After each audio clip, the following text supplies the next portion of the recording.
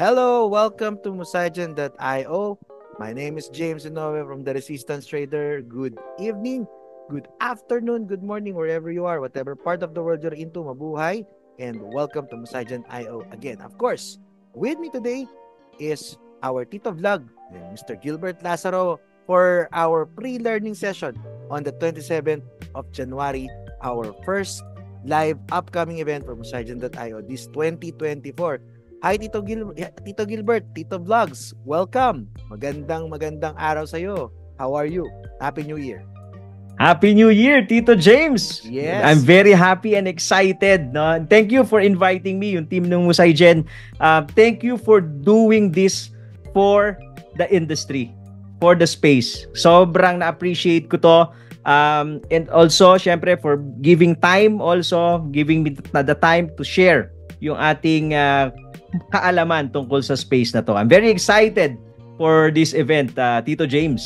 Yes. Maraming salamat, Tito Vlogs. But right now, let's hear it from you so that our audience will know. Ano ba yung ina-expect natin sa event on the 27th, Tito? Marami silang i-expect dito. Marami silang magkakagulatan malamang dito, syempre. So, on the 27th, more on learning, especially ngayong bull market na tayo. Okay, so marami tayong mga isi-share dito ng mga tips and tricks how we navigated yung last bull cycle na posible nilang magamit, no? Especially yung mga newbies, no? Posible nilang magamit ngayong cycle na to para they will not be left holding the bag, no? Once na mag-reverse na yung market. So isa yan sa mga aabangan nila dito sa learning session na to on the 27th. Exciting. Thank you very much, Tito, no, for your very for exciting input for the upcoming.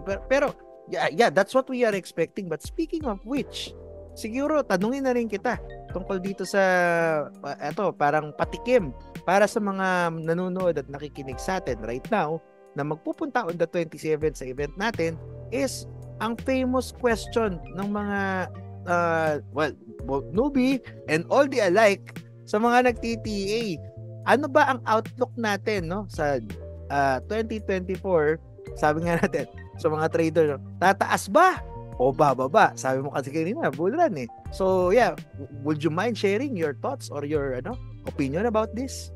2024, dalawang event ang big event, no, na ini-expect natin. One is the approval of the spot Bitcoin ETF that will funnel funds, no, to the crypto market. Galing ito dun sa mga mas conservative na investors na natatakot na mag-open ng account sa different exchanges, centralized or decentralized exchange, right? So pagka nagkaroon ng ETF, this will open the floodgate. So that's one. That's the first event. Second is the halvening, right?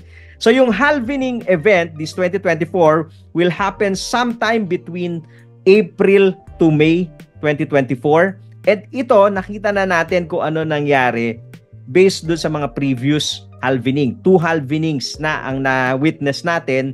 And because of this event, nagta-tighten naman yung supply ng Bitcoin.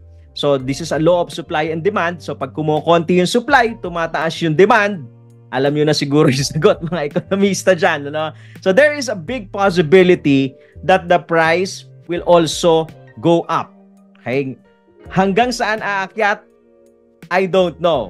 But judging dun sa akyat ng Bitcoin every after halvening, mas bunababawasan yung akyat niya. Pero itong halvening na to, even mas konti yung iakyat niya. Probably I'm looking at 1.5 to 2x from the all-time high. So we're talking about roughly 120, 140, nasa ganyang level. Mataas.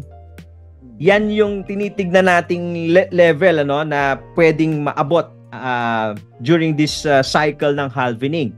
So pwede ma-achieve, pwedeng hindi. Okay? So again, ang kailangan po dito, you don't want to be left holding the bag. Okay? Kasi after this cycle, we'll see another leg down eh. Probably 2024, 2025, makikita natin yung leg down na yan. So, they need to attend the event kasi doon natin i-reveal ano yung gagawin nila Okay? Para hindi sila maiwan doon sa tuktok. Ayun, napaka-exciting naman pala ng ating upcoming event. And with that, Tito Vlog, siguro will you share and invite our viewers and our listeners right now for our upcoming event on the 27th? Yes, I would like to invite you on January 27, 6 p.m., Kabala Center, Philippines, Estrella Street, Rockwell. Join me, Luis, and Myrtle. Ito yung ilan sa mga industry experts pagdating sa Web3 and blockchain, no? Nakasama natin dito. Kaya napaka-importante ng event na to, and I hope to see you all there. See you all there, mga kapatid.